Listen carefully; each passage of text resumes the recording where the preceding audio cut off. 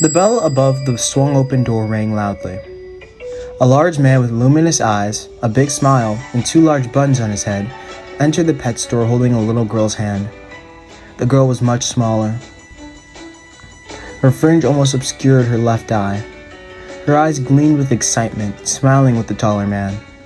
An older, gray-haired, wrinkled man with his body sprawled out against the front desk's table laid snoring.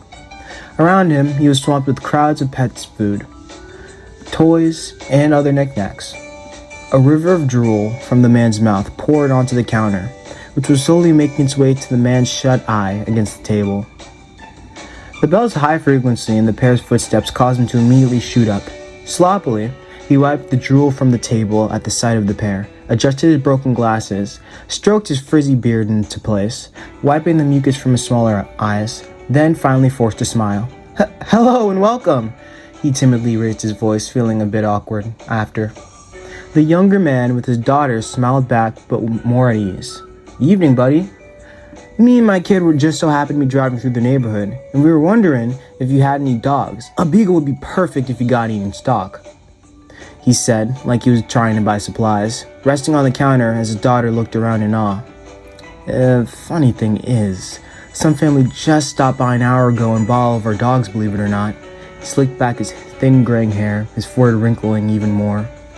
"Most of the dogs here are barely even domesticated, to be honest. They're more like wolves than dogs, to be honest. You should have seen them, man." The shopkeeper forced a laugh, holding onto his stomach. His made-up laugh sounded almost like Santa Claus. As his laughter bellowed through the store, birds started cooing, cats started hissing, hamsters squealed, and fish began headbutting the glass of their tanks, causing a trail of water from every tank lining next to each other. Each animal in their own way telling the man to shut up. Funny guy, but for real, where are they at? The older man tilted his head, letting go of his belly. I just told you they're all gone, sir. I'm not joking." The younger, taller man stopped smiling, his face dropping into something more devastating. No way, no way, no way! You gotta be freaking kidding me! You guys are the only pet store in town. When the heck are you gonna get more? Surprised by the abrupt shift in tone, the shopkeeper timidly asked, stumbling over himself. I thought you were just strolling. We were, but now me and my girl are totally dead set on getting a pooch for the place. Totally dead set," he declared, jamming his slender index finger against the countertop. He turned to his daughter, walking further into the shop, passing through the birds. "Isn't that right, Co?" She didn't answer. Her mouth shut tightly. The further into the store she traveled, the more excitement started to build in her. On her left side, she watched as fish rushed towards the glass, some jumping out of their tanks and into the others lined up beside them, lightly splashing water on Co. She laughed. On the left side, hamsters ran on their running wheels with bright smiles yet tired eyes. Others fought each other, tackling their bodies against one another over and over as a display of health and dominance. The birds were really the most attention-grabbing, though. From the finches to parrots to cockatiels, they were each so beautiful and so colorful to Co. She couldn't help but stop dead in her tracks. She waved to them. "Hello," she said quietly. They each began cooing hellos back, each trying to overpower the other. Co looked from each bird's pretty physique and color, captivated and indecisive, until a shrill, nasally voice cut through the noise, cheerfully yelling, "Pick me! Pick me!" Turning around, her eyes met with a large blue and yellow parrot. It was on the floor, repeating the phrase over and over, rubbing its small head against Co's ankle, like it was some cat. Endearing itself to Co, bright-eyed, she started petting it. "What a nice little bird. How about this one, Dad?" Her father rubbed the back of his neck. "I don't know, Co. Birds sort of freak me out, flying and all. It's like they think they're winning something. Like, what's wrong with the ground, huh?" Confused for a moment, the shopkeeper squinted his already small eyes. Though earnestly, he answered, "That parrot should be a good friend for your girl. It's much smarter than your average bird." The other animals, including the other birds, all whined at the insult, already sad by Co's liking of the parrot. The shopkeeper leaned closer, cupping the side Co was facing, whispering, "And between you and me, they're great for distracting kids. They're kind of annoying just like them, but in a cute, enthusiastic way. They'll give you some space, you know?"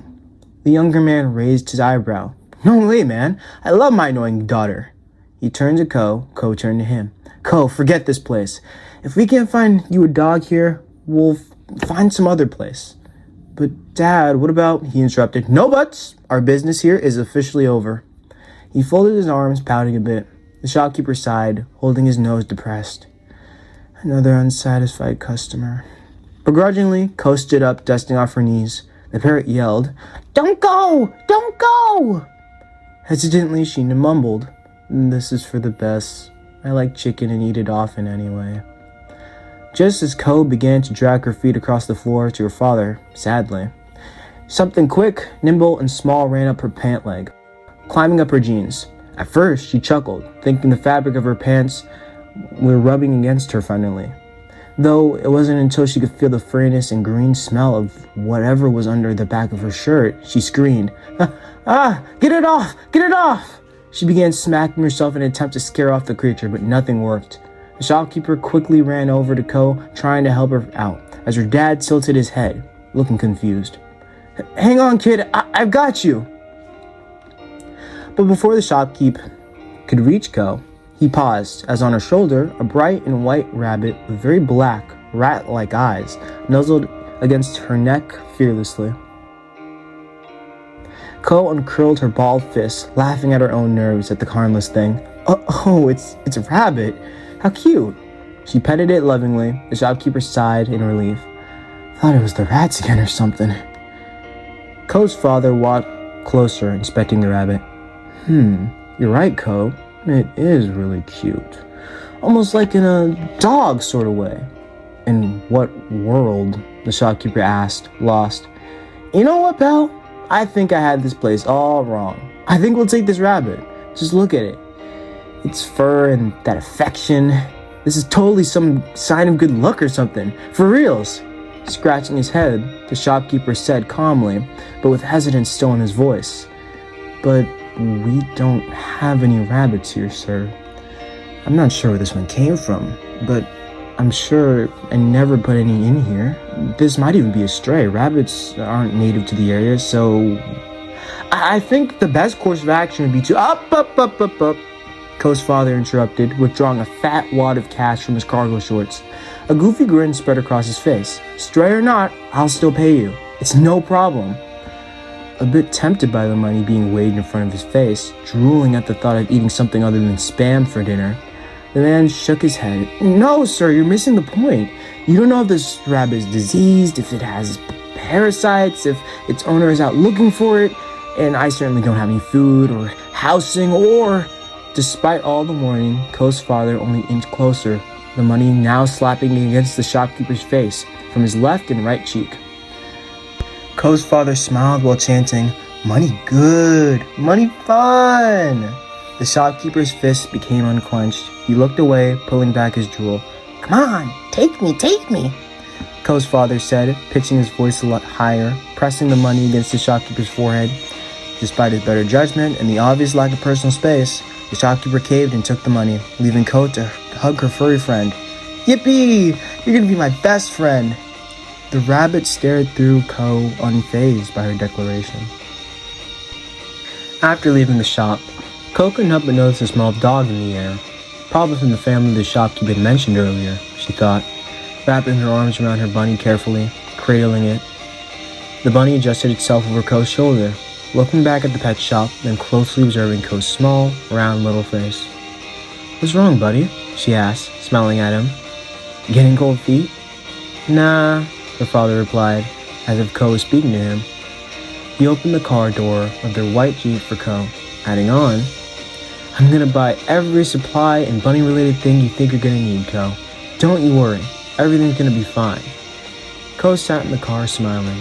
I know, I've got a really good feeling about this rabbit. Thanks again, Dad.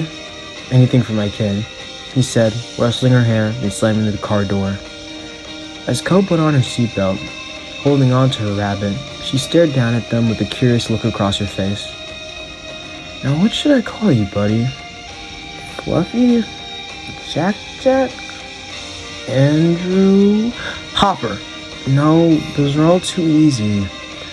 Although Ko was searching for her answer, deeply stroking her chin and all, suddenly the rabbit interrupted her train of thought, jumping to its hind legs, pressing against Ko's thighs. then, without any hesitation, fiercely bit her on the cheek. Instantly, she hollered, pushing the rabbit off of her almost immediately. Ow! What the heck was that for? She asked, the rabbit laying on the ground by Ko's feet, doing what should be biologically impossible, yet still smiling at her. As her dad entered the car, adjusting his rearview mirror away from Ko and her furry friend, he commented, "You know, it's funny. The guy in there said the rabbit didn't come from there, but I could have sworn I saw him crawling from out of the floorboards with a mouse in its mouth." Funny how some guys can be so clueless. Hearing that, Ko stopped breathing.